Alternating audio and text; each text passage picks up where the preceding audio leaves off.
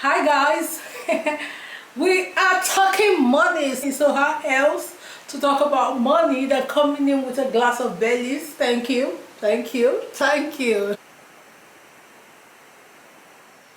So in today's video, we're going to be talking about how I saved £10,000 in my first year of working in the NHS. Guys, this is the highest amount of money I have saved in 1 year in my adult life. That is not for anything, like it's not like I'm saving towards anything. I'm just saving for 1 year. And thinking about it, I'm not a big saver, okay? I'm not someone who believes in saving. I have a very weird relationship with money. Like, if you jam me how I handle money, you literally think I was born into this whole world. But guys, trust me, I didn't have much access to too much money for growing up. I just had what I needed, but not like I wasn't born into wealth or anything. But I just realized that as I grew up, my relationship with money is somehow, I know I usually like quarrel with my husband about saving. Not quarrel, but he's always advising me on saving. And me, guys, I am not that kind of person that fried rice will be hungry me. I will not say I'm saving money. No way now. It cannot happen. My future will take care of itself. Let me go and eat that fried rice first. That's me. But this time I'm just like, okay, let me save. And trust me, even while I was saving this whole money, I did not deprive myself of anything I need. Nothing. I did not deprive myself of anything I needed. I was still shopping what I need. I was still buying the things I needed to buy. I didn't deprive myself of anything I needed. The only thing I would say is I just reduced like where I'll shop. So if I'm supposed to shop in Zara, I'll just shop in Shein or shop in Pretty Little Thing, or something cheaper. But I didn't deprive myself of anything I needed. Anything, not my want. So my want is different from my need. My need, I did not deprive myself. Even my want, I also met majority of my wants even while I was saving this money. So, and if you've been following me in this channel, you know I am not someone that wants too many things. I just want what I want to pass through life. I don't want too many things. So I did not struggle while I was saving this money. That's the whole nutshell of the whole thing. And I'm going to show you how I was able to save this money, okay? If you've not subscribed, please do subscribe, and let's get into the video. So, how was I able to save this money in my 1 year of working in the NHS? Yes, I just clocked 1 year working in the NHS, and this was how I was able to save this money. So when I started working, I said to myself, it would be nice just to have like a bulk of money stack up somewhere that is not used for anything, that I'm not saving for anything, that I might end up using it for something, but while I was saving it, I should just have it. Like, while I was saving it shouldn't be for anything, okay? Because I'm this kind of person that always save for something. So if I have something I want to buy, I start saving for it. If I have something, a goal or a target I'm pursuing, I start saving for that. But I don't just stay on my own and start saving. No way. I don't stay on my own and start saving. But I just said to myself, why not do something after keeping my emergency fund and everything? Let me just save something for myself, and at the end of the day, to make me feel good, to have a saving somewhere that I'm not using for anything. I'm not planning on starting a business. I'm not planning on paying for anybody or anything. So once I was able to convince myself that would be good, this is what I did. Majority of my adult life, I've lived with man. I have lived with man. So most of my expenses, most of my wahala, man has been solving it, okay? For those of you who say men are scum, people like us, we cannot say men are scum because men has delivered us, okay? Well, the men are scum. We cannot say men are scum because man have delivered us, okay? Man has helped us. So I cannot be among those people that say man is scum, so please go somewhere else. So throughout my adult life, majority of my adult life, been married. I got married like 23, so my husband has been taking care of me when I'm working, when I'm down, when my business is down, when it's up. He's been taking care of me, okay? So I've not really paid any bill in the house, I'm not gonna lie. I've not paid any bill. Even if I'm doing business, he doesn't mind. He just allows me to use my money for myself, you know, take care of my siblings, take care of myself. He doesn't really expect me, in quotes, to bring money all these years, you know, to contribute for the kids or anything. Even though I had it at the back of my mind that I should be, you know, adding small money to relieve him of all these things, but he still doesn't, you know, care to ask me for it. So when I finally relocated to the UK and now I'm working, at least I'm making substantial amount of money, and he saw me through like my first master's degree period. I didn't have to work to, you know, save up for my tuition. The man was just grinding hard to make sure that he pays madam tuition.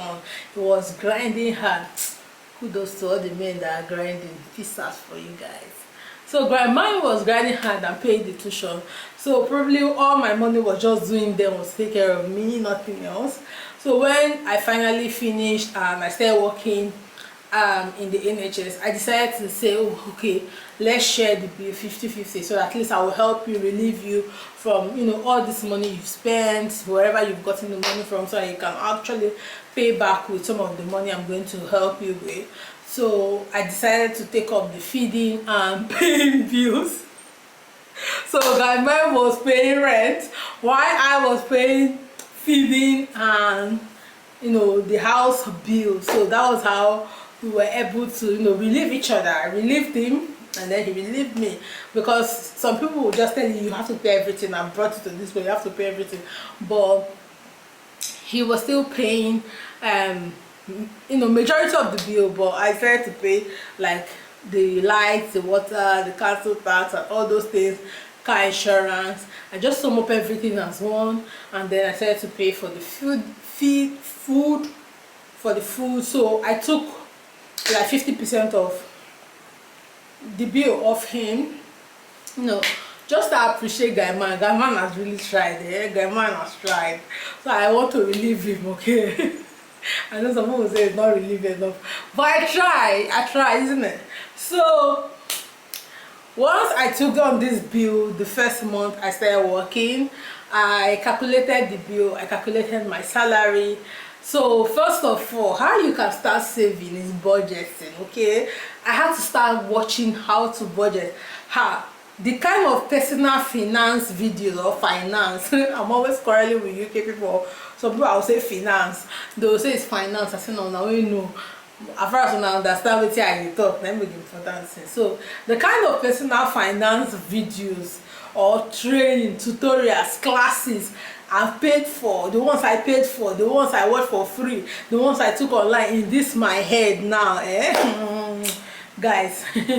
If they bring it out and use it to make money, I have consumed a lot of personal finance or finance material so much, because I really wanted to learn how money works, because I really have a bad relationship with money. I will not say bad relationship with money, but the way I spend money, it looks like someone who has all this money.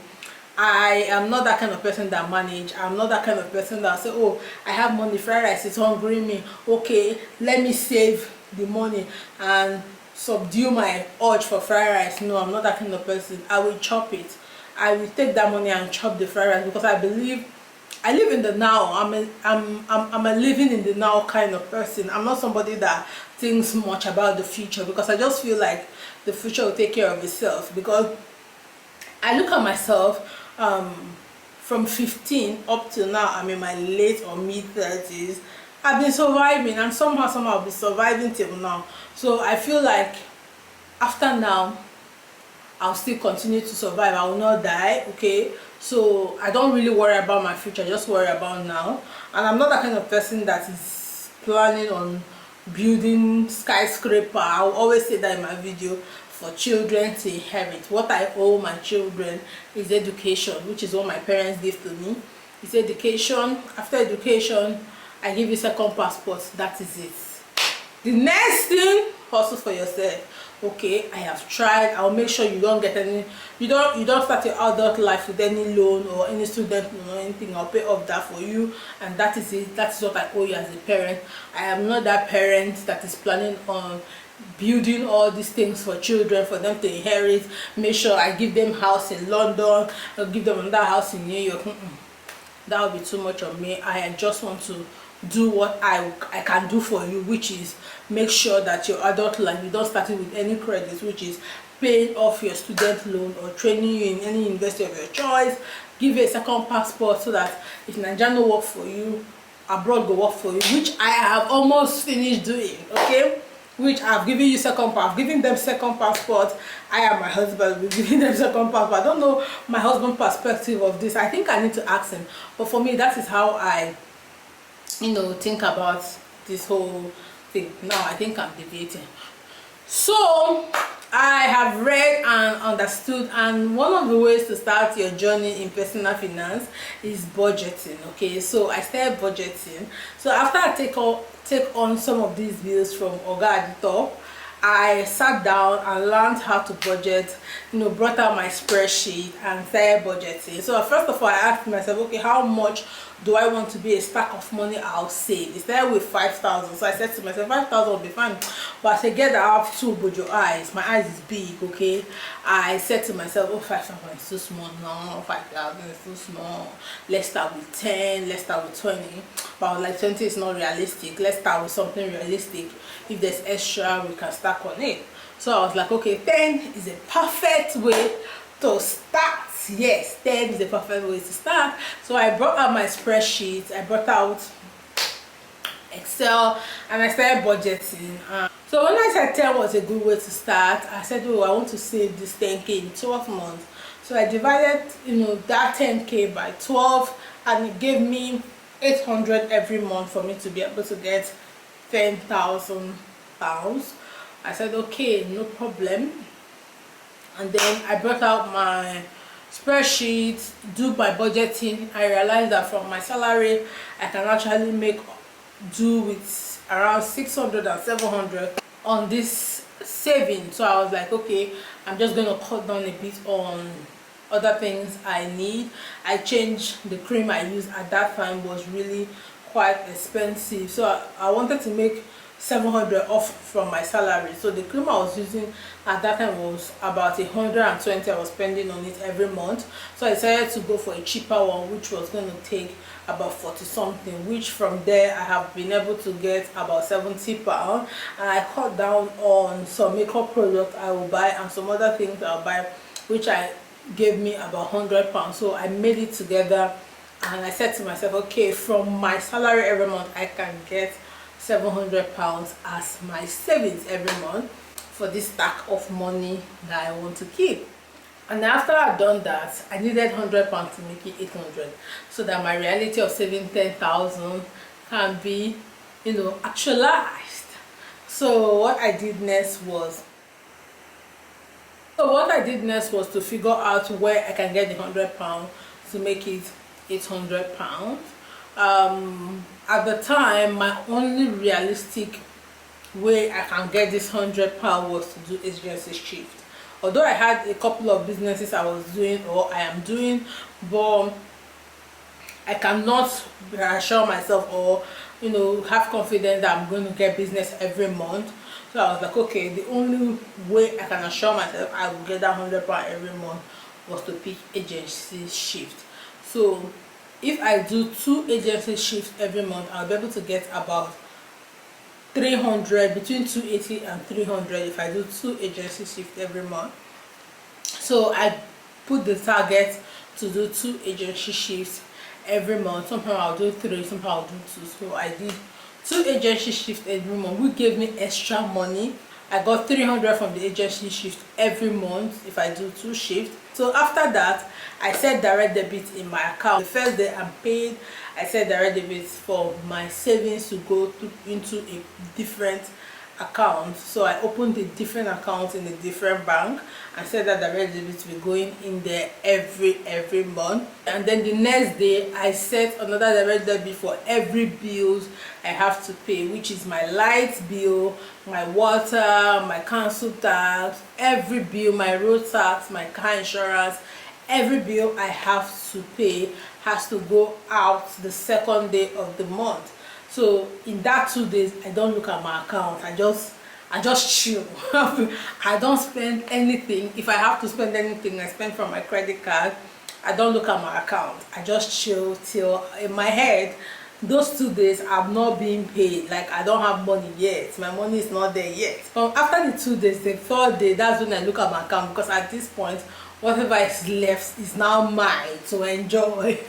It's now mine to consume. So all my debtors have taken their own, and guys, I didn't really suffer. Like I didn't even feel it the way I thought I was gonna feel it. Okay, so I thought that when everything has gone, I take out £100 to save for my emergency fund in case my tire breaks, in case somebody has cough and I need to rush to the store to get syrup, in case the kids need something in school, in case somebody needs shoe, in case something, just emergency fund to do anything, because as a mom you never can tell what will come up at every point in time. Somebody might want to, you can just wake up one day, somebody's having catarrh or somebody's having cough and you need to buy cough syrup, and if you've saved all your money, what will happen? So I decided to save this £100 every month in a separate account.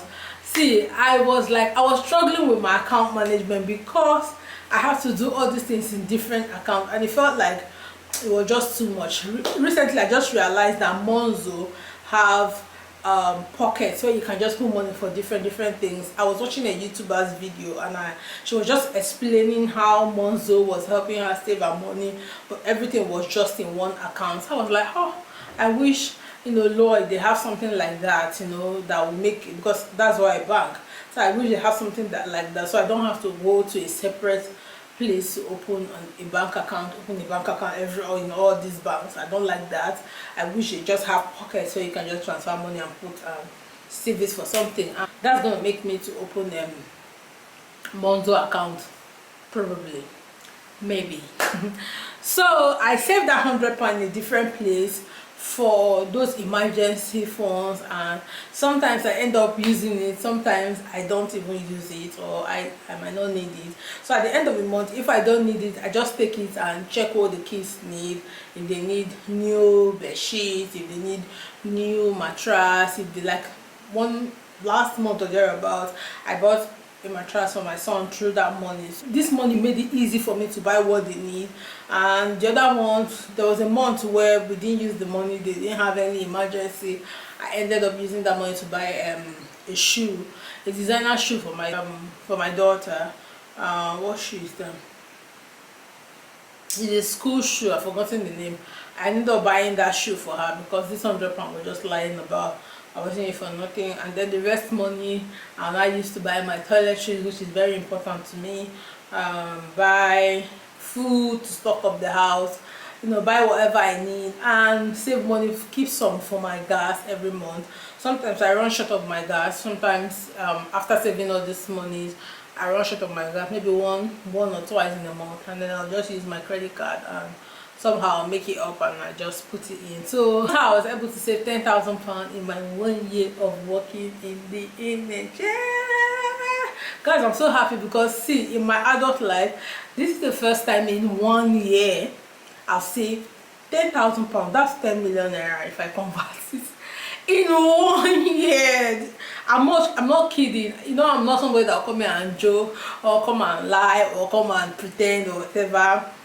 I might have saved money like that. Money like that would have passed through my account, or I would have saved it, but it was not just money that was just there, like, oh, it was just there. It was money that it was for something. We were saving it for something. We had the project in our hands, so this money is in my account for putting together to achieve that. But it was not just like money like that. Okay, it was for something. So this is the first time in my adult life in 1 year I've saved 10 million naira in 1 year.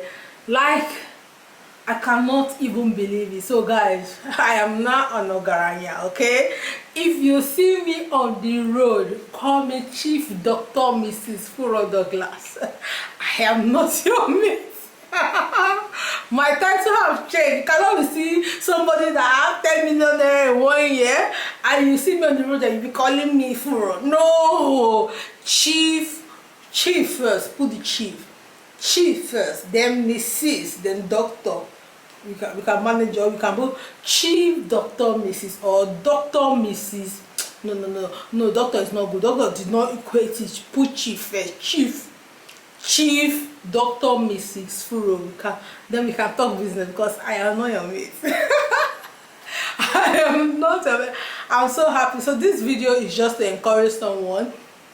This video is not to show off, it's not to brag, it's not to feel anything. This video was inspired by a post I saw on Instagram where someone was saying that abroad you pay bill, you cannot save. And I just want to do this video for anyone who is planning on relocating here, or who is planning on coming here. If you plan yourself well, if you budget right, you can save money. You can save money that when you get back home, or when you take it back home, or when you convert it, it is good money. Okay, it is good money. Some people will say, oh, they are paying you 2,000, it's not good money. And I'm like, even the person back home that they're paying 2 million, which is the equivalent of that 2,000, if you look at it with a critical eye, that 2,000 pounds they're paying you here will still do the same thing that your 2 million back home will do for you. And that's on period. There's nothing you can tell me. If you think it's a lie, let's put in the comment section, let's debate about it. 2,000 pounds will do the same thing your 2 million will do for you in Nigeria. And the annoying part is that you still have to remove 700 or 800 for your rent and bill, which I feel like if you're earning 2,000, you shouldn't be living in a house of 800 if you're single, except you have like spouse. So 800 house or 900 house is like 2 to 3 bedroom flat. So if you should be living in that kind of house if you have husband and wife, because two of you will join together and be able to pay for that house, so each person will save. So if I was together with my husband living here, it means that he will be able to save 10,000, I will be able to save 10,000. That is 20 million naira. Imagine you just carry that 20 million naira like this, go Nigeria. You don't start to build us with that. And you tell me, say, abroad no good. You say abroad no good. See, even the child care, as in taking care of my children, running errands that I was scared of. Okay, one of the things that I was very scared of relocating abroad was, managing my children alone, cooking, cleaning. Now those things are not like work for me again. Now it feels like I'm even used to it. Okay, I'm used to cleaning. I've been able to work out a system where cleaning my house and taking care of my children is no longer too much work for me anymore. I still clean my house, take care of my children, film videos, edit videos, still able to do activities with my kids. Like today we went for swimming, we baked bread. We went for swimming today, we baked banana bread, we made suya. I still clean the house, cook, and tomorrow I'll go to work because I'm off today, and tomorrow I'll go to work. And my house is not unkept. Like if you know me one-on-one, come to my house. My house is not unkept. My house, at least, it's always tidy.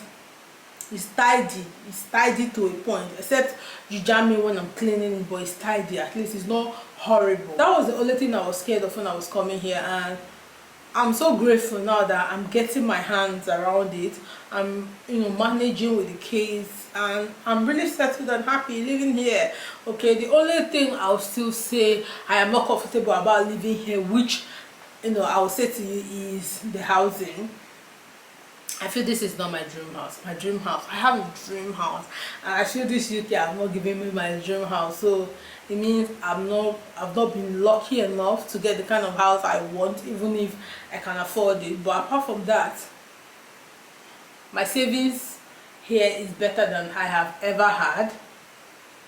My life, quality of my life is better, even though I have like more job to do, like take care of my kids all by myself, but I still love it. So if you're still planning on coming, please, you're still planning on jackpot without any hesitation, jackpot without any hesitation. In my next video, I'm going to be talking about if it's still worth it to come live here in the UK. Okay, so let me not make this video too long. Put your comments and your contribution in the comment section. Living in the UK in 1 year, how much can you save? I would like to know. Until I see you in another video.